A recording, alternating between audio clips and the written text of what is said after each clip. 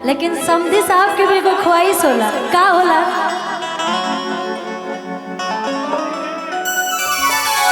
कि ना दहेज में सामान चाहे, आना ही पाका के मकान चाहे।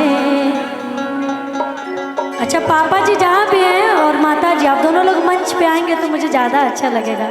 बहुत खुशी का माहौल है, ये पारिवारिक माहौल है, यहाँ पे कोई और नहीं है। कि ना दहेज में सामान चाहे,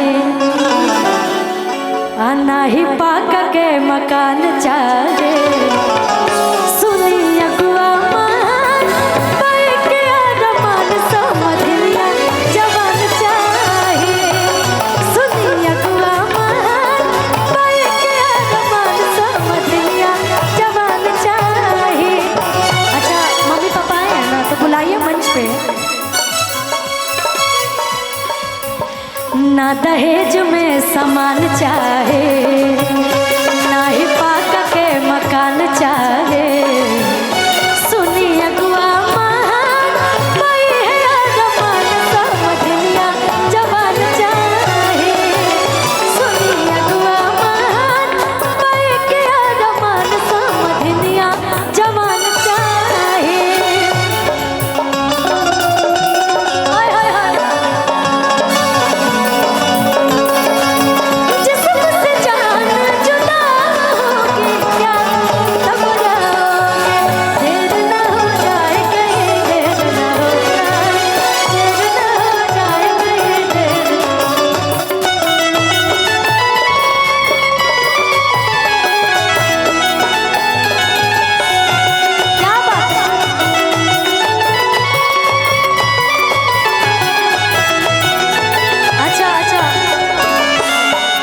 माताजी और पिताजी का आगमन हुआ है, मैं आशीर्वाद देती हूँ। लेकिन देखिए पारिवारिक खुशी के माहौल बाटे।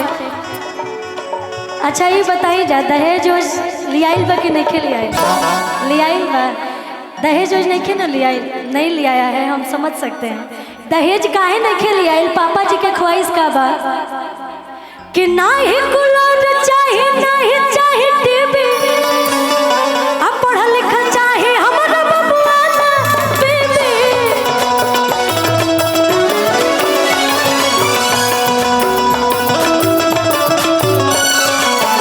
ना ही कूलर चाहे, ना ही चाहे टीवी, पढ़ा लिखा चाहे हमारा बबुआ ना बेबी।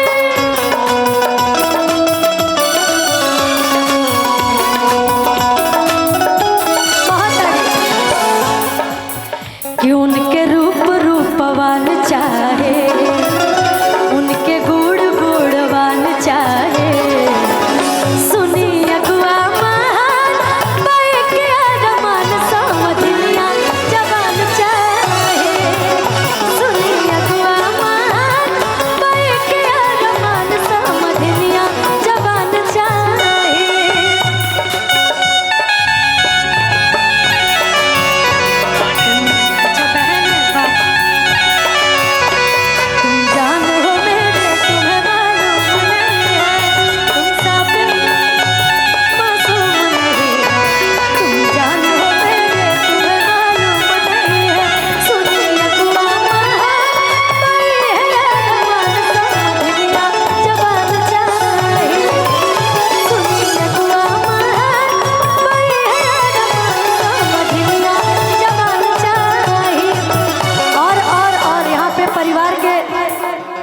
सभी लोग इकट्ठा है। मौसा जी हैं, मौसी जी आ गई। मौसा जी आप क्यों पीछे रह गए?